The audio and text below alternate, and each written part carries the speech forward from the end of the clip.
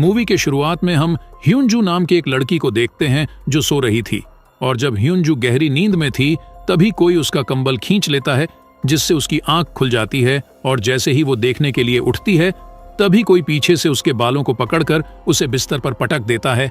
और तभी हम देखते हैं कि ऐसा करने वाला कोई और नहीं बल्कि खुद उसका बाप था। तब ह्यूनजू कहती है कि आप ये क्या कर रहे हो, लेकिन उसका पिता उसे कोई जवाब नहीं देता और अपनी बेटी के जिस्म को गंदी नजरों से देखने लगता है और उससे कहता है कि मेरी बेटी कितनी बड़ी हो गई है। अब ह्यूनजू अपने पिता के मुंह से ऐसी बातें सुनकर काफी डर जाती है और रोने लगती है। उसके बाद वह अपनी बेटी के बालों को छोड़कर उसके चेहरे को छूने लगता है, जिससे ह्यूनजू और भी ज्यादा डर जाती है और उसे कुछ भी समझ में नहीं आ रहा था कि उसके साथ ये हो क्या रहा है।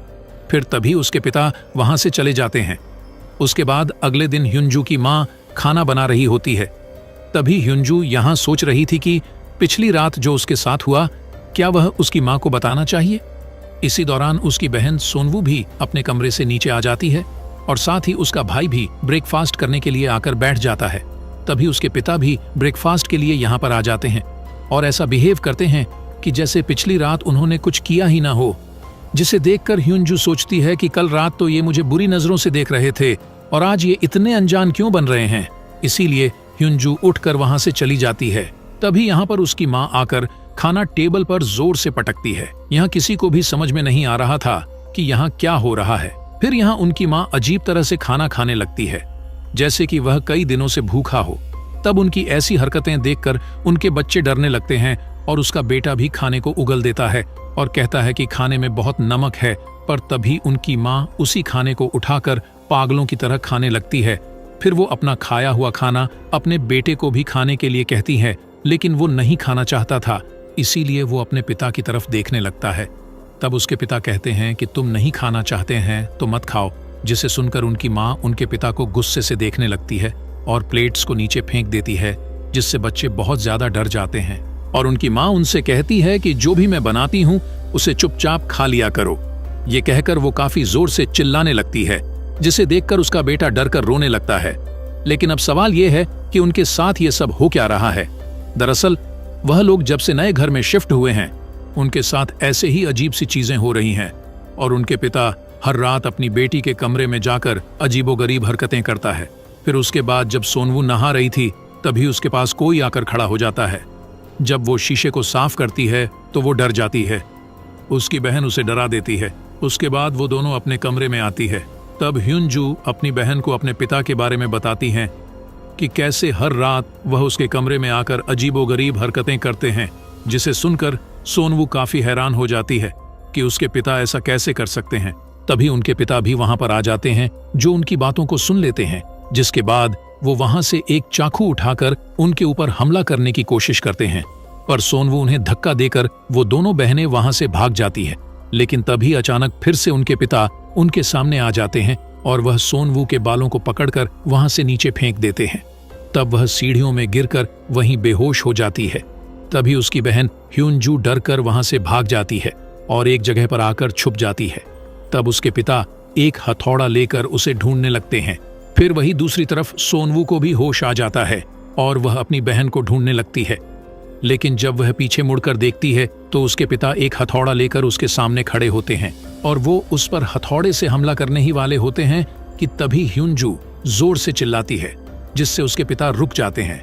तभी ह्यूनजू एक बैट से अपने पिता को जोर से मारती हैं, लेकिन उसके पिता को कुछ भी नहीं होता और गुस्से में वह उसके ऊपर भी हथौड़े से हमला करने लगते हैं। और तभी नीचे से उनके असली पिता ऊपर आने लगते हैं, जिसे देखकर उनका बहरूपिया हथौड़ा फेंककर दूसरे कमरे में चला जाता है। फिर उनके पिता ऊपर आकर अपनी बेटियों को देखते हैं, जो उनसे डरकर पीछे हट रही थी। तभी उनके पिता दरवाजे पर हुआ एक बड़ा सा छेद को देखते हैं और उनसे पूछते हैं कि क्या तुम दोनों यहाँ पर लड़ाई कर रही थी। लेकिन वो दोनों कोई भी जवाब नहीं देते और तभी उनका भाई यहाँ पर आता है। तब वह दोनों बहनें उसे यहाँ से भागने को कहती हैं। फिर तभी पीछे से उनकी माँ वह हथौड़ा उठाती है और उनके पिता के पास जाकर उन पर हमला करने लगती है। तभी उनके पिता उसे रोकने की कोशिश करते हैं, लेकिन वह उन्हें धक्का मारकर गिरा देती है, जिसके बाद वह काफी डरावनी स्माइल देने लगती है और टूटे हुए कांच पर पैर रखकर अपने रूम में चली जाती है। लेकिन तभी नीचे से उनकी माँ आवाज देकर ऊपर आती है और उनसे पूछती है कि ये सब क्या हो रहा है। लेकिन सभी लोग उनसे डरने लगते हैं। तभी उनके पिता डरते हुए रूम का दरवाजा खोलते हैं, लेकिन रूम में कोई भी नहीं होता। पर उनके पिता फ्लोर पर पड़े हुए हथौड़े को देखते हैं, जिसके बाद उनकी माँ अपने बच्चों से पूछती हैं कि क्या हुआ, लेकिन वो तीनों अपने माँ से डर रहे थे। फिर अगली सुबह उनके पिता अपने भाई को घर बुलाते हैं, जो चर्च का एक फादर होता है, और अगले दिन वह उनके घर आता है। तब फादर उन्हें ऐसे ही अजीब घटनाओं के बारे में बताता है, लेकिन उसका बड़ा भाई इस सब पर विश्वास नहीं करता था। फिर रात को ये लोग एक साथ एक ही रूम में सोने का डिसाइड करते हैं। उसके बाद आधी रात में छोटे बच्चे को टॉयलेट आती है और वह बिना किसी को परेशान किए अकेला ही वॉशरूम में चला जाता है। तभी उसके जैसा ही दिखने वाला एक बहरूपिया वहां आता है, जो एक चाकू उठाकर अजीब सी स्माइल करता है, और वह फादर को मारना चाहता था, लेकिन वो उसे नहीं मार पाता और ऐसा लग रहा था कि उसे किसी चीज ने रोक लिया था। तभी फादर अपनी आंख खोलते हैं और वो समझ गए थे कि यहाँ पर खतरनाक आत्मा का साया है, लेकिन फादर इस चीज से अकेले नहीं लड़ सकते थे, इसीलिए वो अपनी एक सीनियर फादर से मदद मांगते हैं।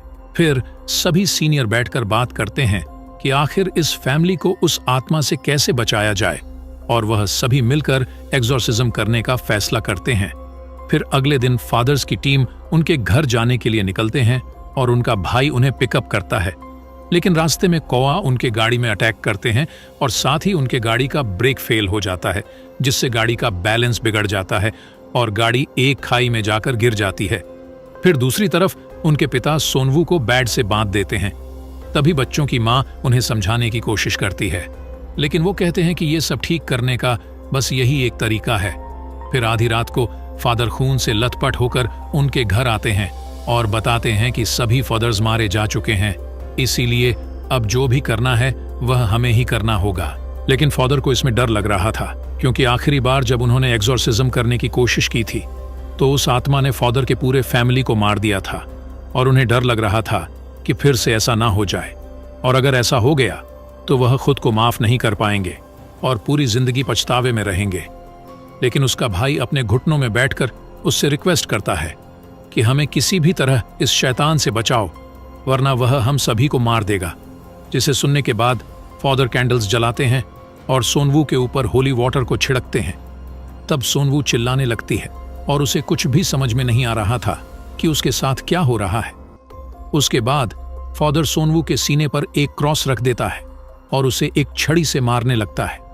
तब सोनवू दर्द से चिल्लाने लगती है और उनसे पूछती है कि वह उसके साथ ऐसा क्यों कर रहे हैं। तभी फादर अपने भाई से कहता है कि क्या तुम अभी भी ये सब जारी रखना चाहते हो, जिस पर वह अपनी बेटी का पैर कस के पकड़ता है ताकि वो हिल ना पाए।